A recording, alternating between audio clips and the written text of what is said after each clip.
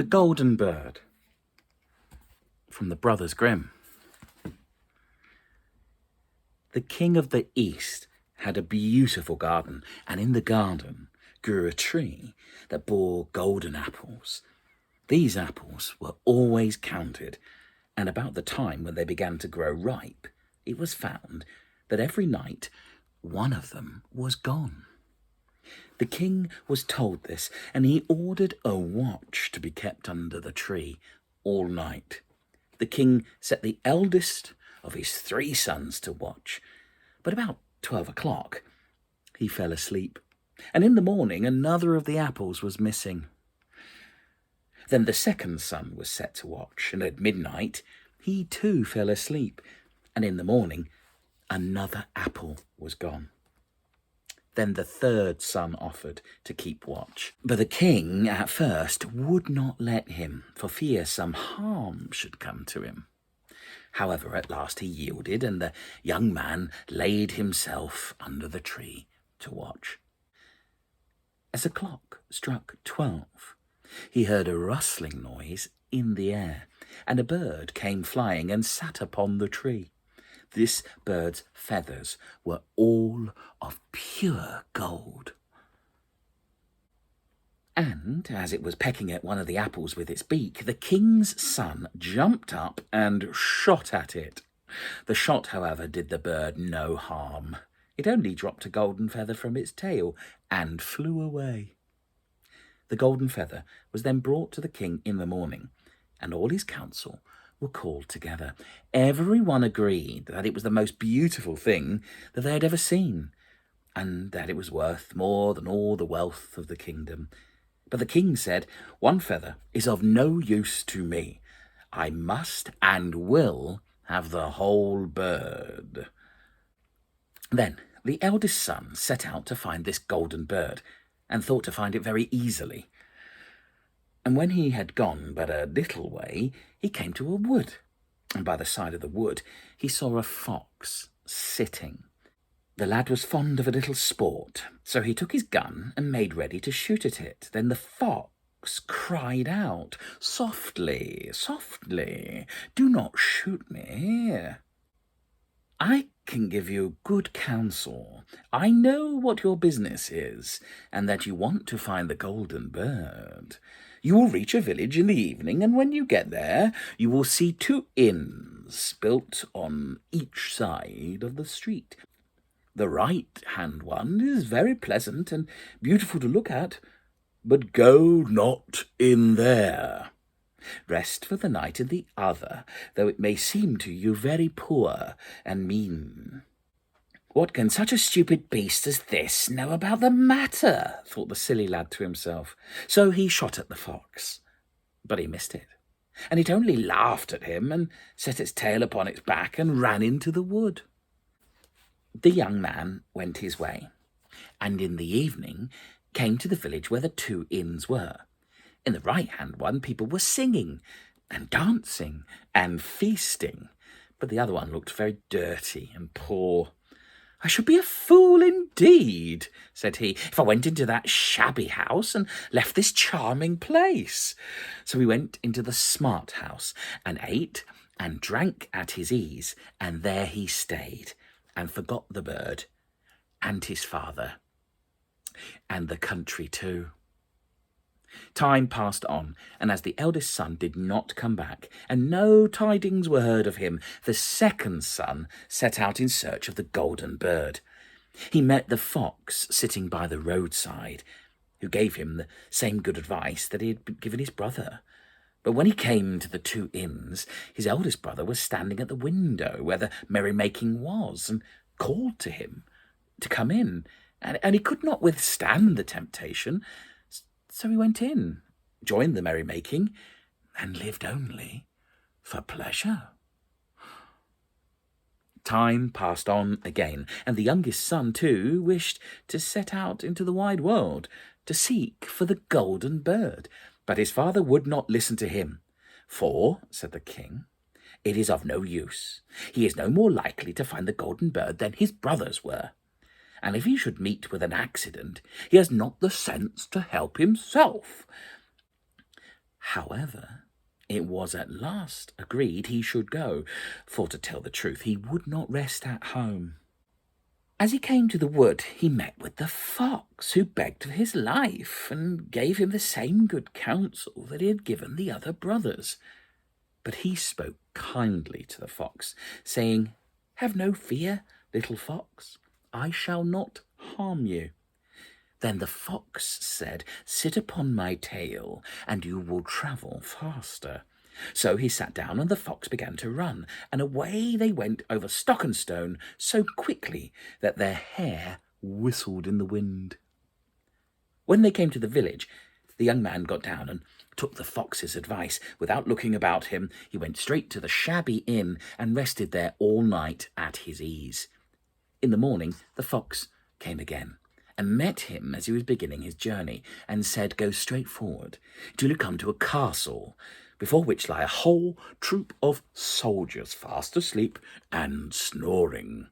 Take no notice of them, but go into the castle and pass on and on till you come to a room where the golden bird sits in a wooden cage. Close by it stands a beautiful golden cage, but do not try to take the bird out of the shabby cage and put it into the handsome one, otherwise you will be sorry for it." Then the fox stretched out his brush again, and the young man sat himself down, and away they went over stock and stone till their hair whistled in the wind.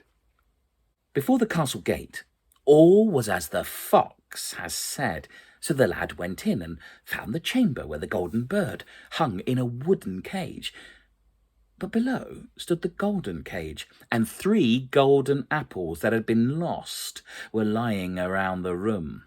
Then he thought to himself, it would be ridiculous to bring away such a fine bird in this shabby cage. So he opened the door and took hold of the bird and put it in the golden cage. But it set up at once such a piercing scream that all the soldiers awoke, and they took him prisoner and carried him off to prison. The next morning the court sat to judge him, and as he confessed all, it doomed him to die, unless he should bring the king the golden horse that could run as swiftly as the wind. If he did this, he was to have the golden bird given him as a reward.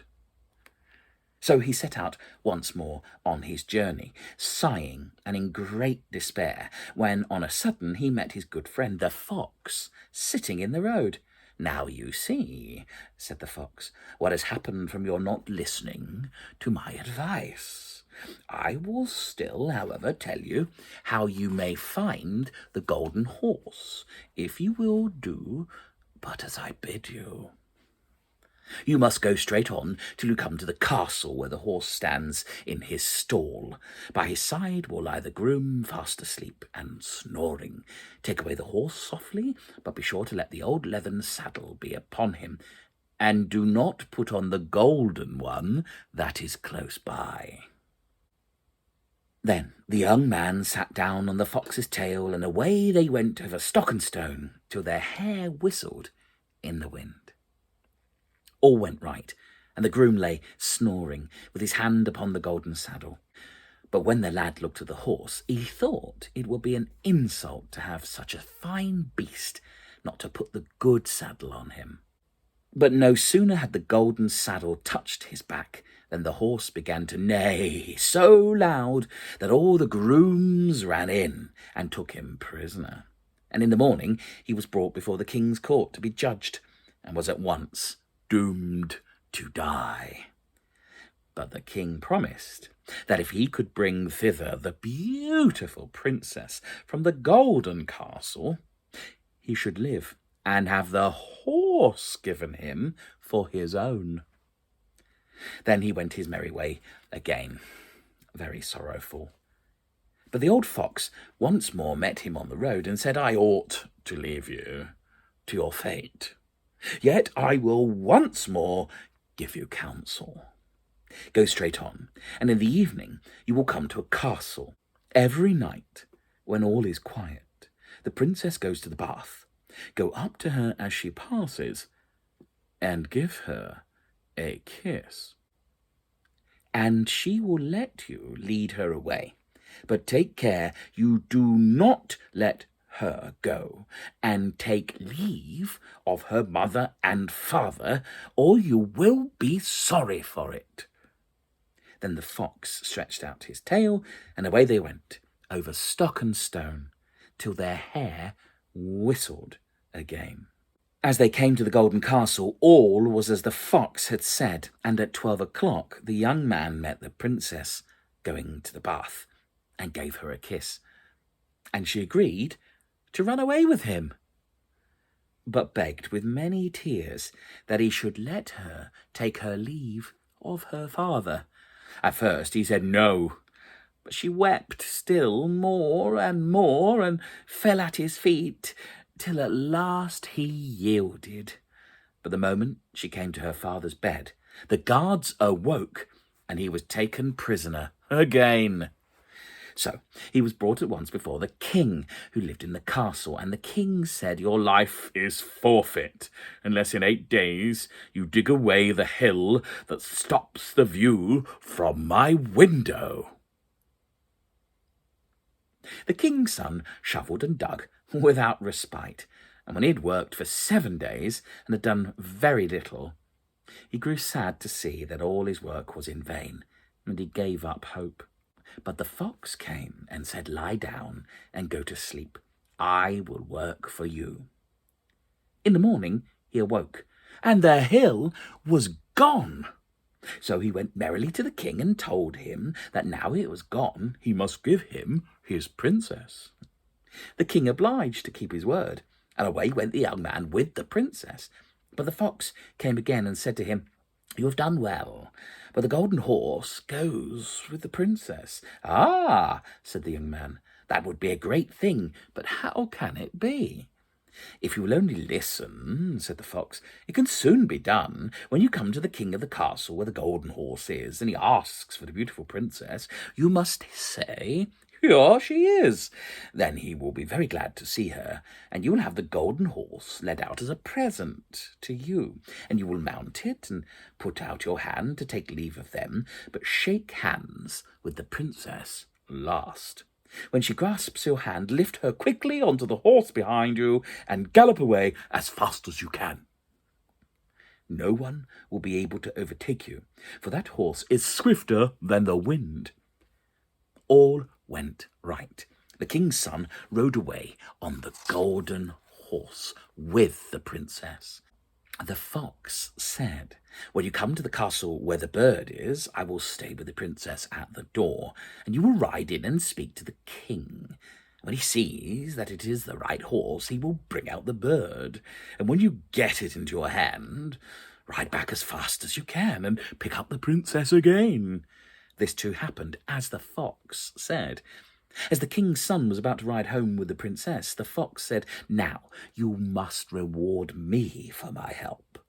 "What do you want?" said the prince. "Pray, kill me and cut off my head and my brush."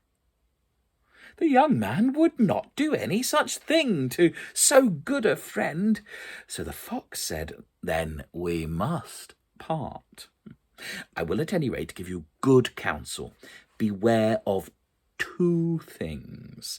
Ransom no one from the gallows, and sit down on the rim of no well." Then he went away. "Well," thought the young man, "he's a strange beast. What fancies he has! Who would ransom people from the gallows? And as for sitting on the rim of a well, I never yet wanted to do it." So he rode with the princess till at last they came to the village where he had left his 2 brothers. And there he heard a great noise and uproar. And when he asked what the matter was, the people said, "2 rogues are going to be hanged." As he came nearer, he saw the 2 men were his brothers, who had turned robbers. He asked, "Can nothing save them from such a death?" But the people said, "No, unless you would bestow all your money upon the rascals and buy their freedom. But why should you spend good money on wicked men?" Then he did not stay to think about it, but paid whatever was asked, and his brothers were given up, and went on with him towards their father's home. Now the weather was very hot, and as they came to the wood where the fox first met them, they found it so cool and shady under the trees beside a well that the two brothers said, "Let us sit down by the side of this well and rest a while and eat and drink." "Very good," said he, and forgot what the fox had said, and sat down on the rim of the well. And while he thought no harm coming to him, they pushed him down the well, and took the princess, and the horse, and the bird, and went home to the king their father, and said, "All these we have won by our own skill and strength." Then there was great merriment made, and the king held a feast, and the two brothers were welcomed home. But the horse would not eat, the bird would not sing, and the princess sat by herself in her chamber and wept bitterly. But the youngest son was not dead. Luckily, the well was nearly dry, and he fell in soft moss and took no harm. But he could not find a way to get out.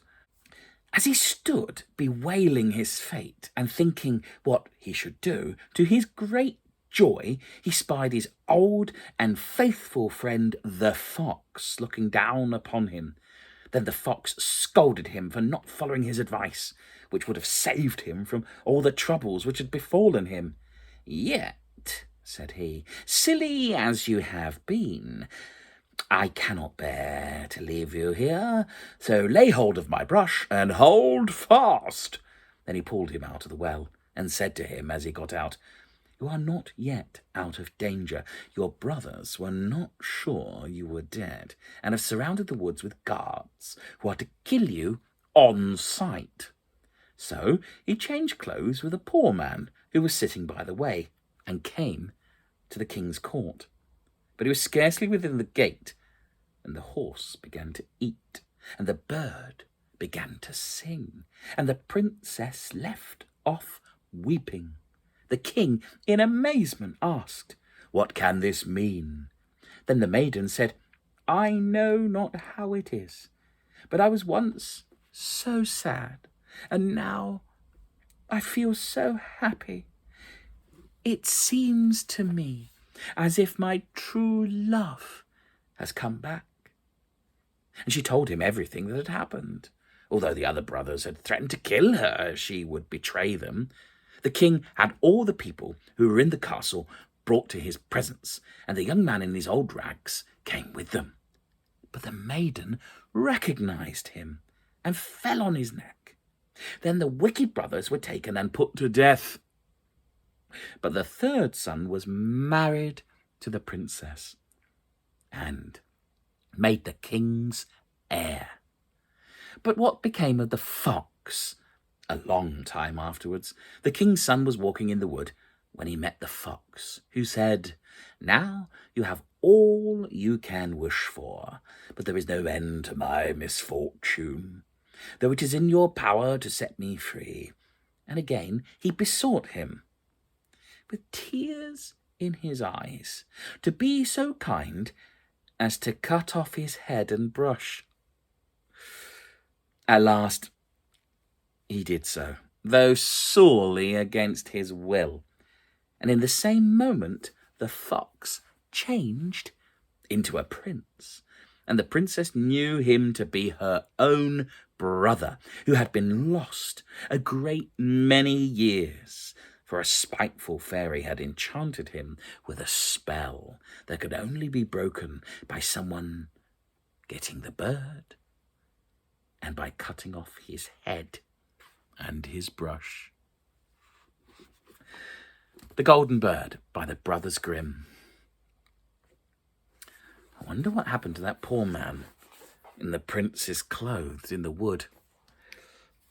I hope somebody called the soldiers back.